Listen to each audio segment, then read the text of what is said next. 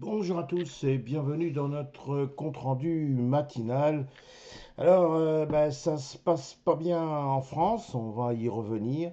Et notre CAC 40, eh bien, hier, il a plongé et il y a fort à parier qu'il va encore continuer de plonger aujourd'hui. Et on va voir aussi que le S&P 500, eh bien, a besoin de se reposer après le très bel effort fourni vendredi. Alors, commençons sans attendre avec notre CAC 40 que voici. Voilà. Alors j'ai titré de manière extrêmement provocatrice Vive le FMI. Pourquoi? Parce qu'il y a honnêtement de quoi être très très très en colère après l'ensemble de notre classe politique. C'est comme si l'on découvrait d'un seul coup que la France a une dette et une dette colossale, une dette insupportable, une dette qui pourrait tout simplement mettre notre pays à genoux. Alors, c'est insupportable parce que ça fait combien d'années que l'on sait tout ceci, ça fait combien d'années que quelques hommes courageux sont venus dire attention, attention, attention. Alors nous en sommes là, nous avons des besoins militaires extrêmement importants, alors que l'on a rogné pendant des années sur les budgets militaires au seul prétexte que nous allions bénéficier de, des rançons de la paix. Oui, bon, et ben finalement on s'aperçoit qu'il faut faire un effort budgétaire absolument colossal compte tenu des menaces.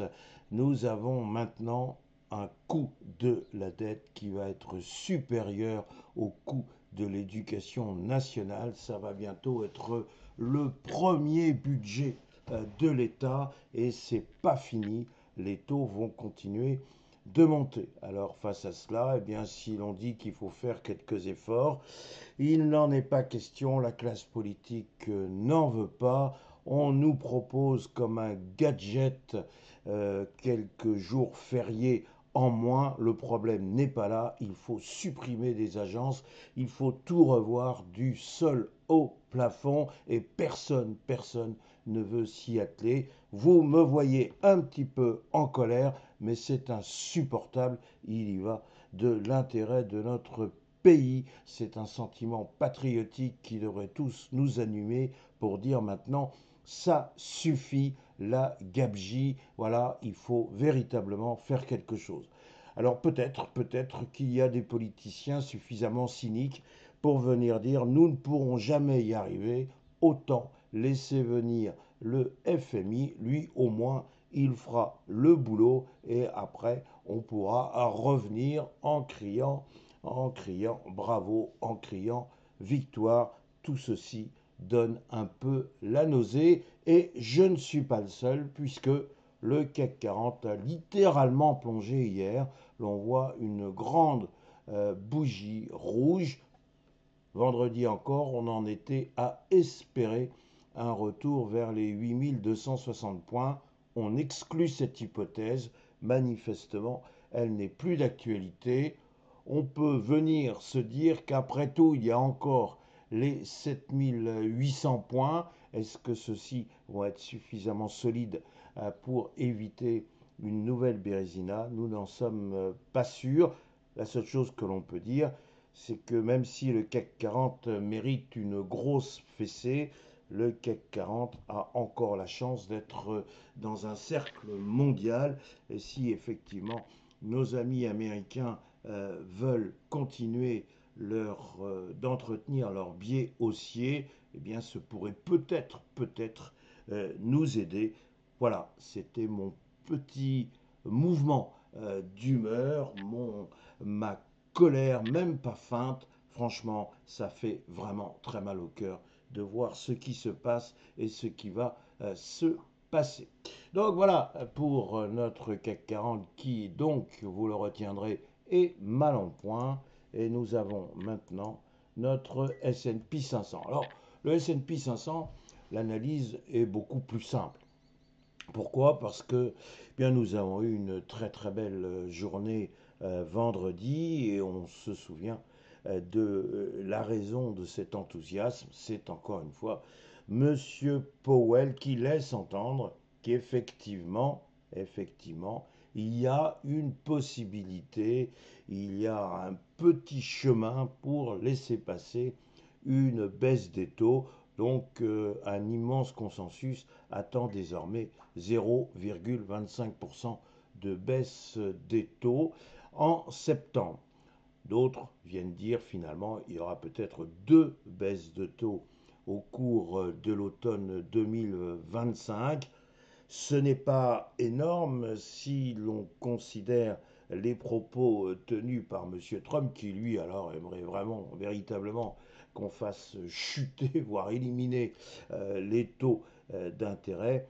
Non, la Fed, heureusement, joue la gardienne du temple. Et donc, on peut imaginer qu'il y aura une baisse des taux, mais que celle-ci sera contenue. Alors, une fois que l'on a digéré, entre guillemets, cette bonne nouvelle finalement, qui n'est jamais qu'une nouvelle, parce qu'après tout, il n'y avait quand même pas de grand mystère, on se doutait bien qu'à un moment ou à un autre, il y aurait une baisse des taux aux États-Unis, et que si on considère 0,25 de baisse des taux, c'est quand même pas énorme, mais ça fait plaisir et ça remonte le moral. Alors pour entretenir ce fameux moral, il faudrait maintenant, mercredi soir, qu'NVIDIA continue à nous époustoufler. En d'autres termes, on attend énormément d'NVIDIA, la fameuse intelligence artificielle qui booste cette entreprise emblématique. Oui, mais voilà, il nous faut maintenant quelque chose d'encore mieux que précédemment. Et les meilleurs, on attend toujours du meilleur chez les meilleurs. Et c'est exactement ce que l'on attend d'NVIDIA mercredi soir. Donc attention, le moindre petit grain de sable et notre belle machine pourrait tout simplement s'écrouler. Alors c'est pas la France, mais les États-Unis sont tenus en haleine par Nvidia. Donc aujourd'hui, nous ne devrions pas avoir une séance très excitante et il faudra attendre encore une fois mercredi soir pour s'enthousiasmer ou non avec Nvidia. Voilà la synthèse de nos indices favoris. Ceci, bien évidemment, ne m'empêche pas de vous souhaiter une excellente journée. Et puis, après tout, et si j'avais tort, et si notre personnel politique était si extraordinaire qu'il serait capable d'un coup de se lever et de dire nous avons la solution, nous ne laisserons pas notre pays aux mains du FMI. Il n'y a pas de réalité sans rêve. Laissez-moi rêver. Merci.